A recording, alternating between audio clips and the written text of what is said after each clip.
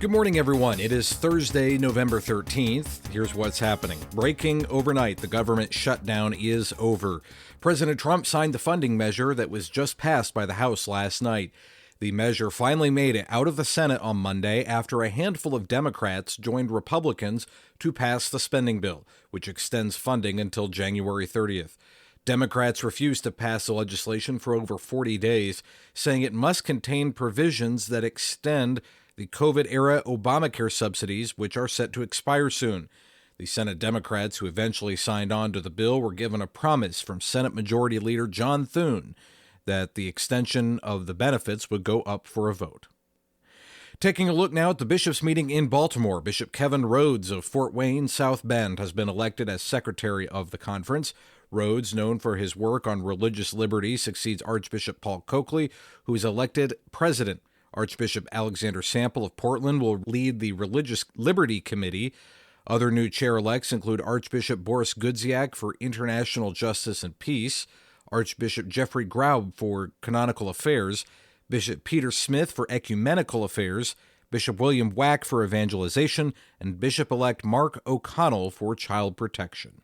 Also yesterday, U.S. bishops gave a standing ovation after overwhelmingly approving a special statement on immigration. The document expresses solidarity with migrants, denounces fear and hostility towards immigrants, and explicitly opposes indiscriminate mass deportations. Drafted under Archbishop Richard Henning of Boston, the statement passed 216 to 5, reflecting strong unity among the bishops. It calls for both compassion and meaningful immigration reform, affirming that human dignity is God-given and must be upheld alongside national security. Issues at airports eased yesterday compared to the past few days. Over 2,300 flights were delayed and over 900 were canceled. Flights have been cut since Friday by the FAA due to shutdown-related staffing issues. Yesterday, around 3.5% of flights have been canceled, which is the lowest rate since last Thursday.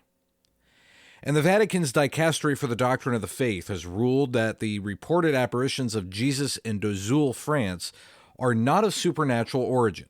Cardinal Victor Manuel Fernandez issued the decision, saying the claims by Madeleine Aumont in the 1970s about visions of Christ and a, quote, glorious cross lacked divine authenticity. The dicastery warned against theological errors in the messages, including the idea that the Dozul cross could bring forgiveness of sins or signal Christ's imminent return. The Vatican reaffirmed that salvation comes through Christ and the sacraments, not through any material object or private revelation. And that's the news this morning. I'm Matthew Handley.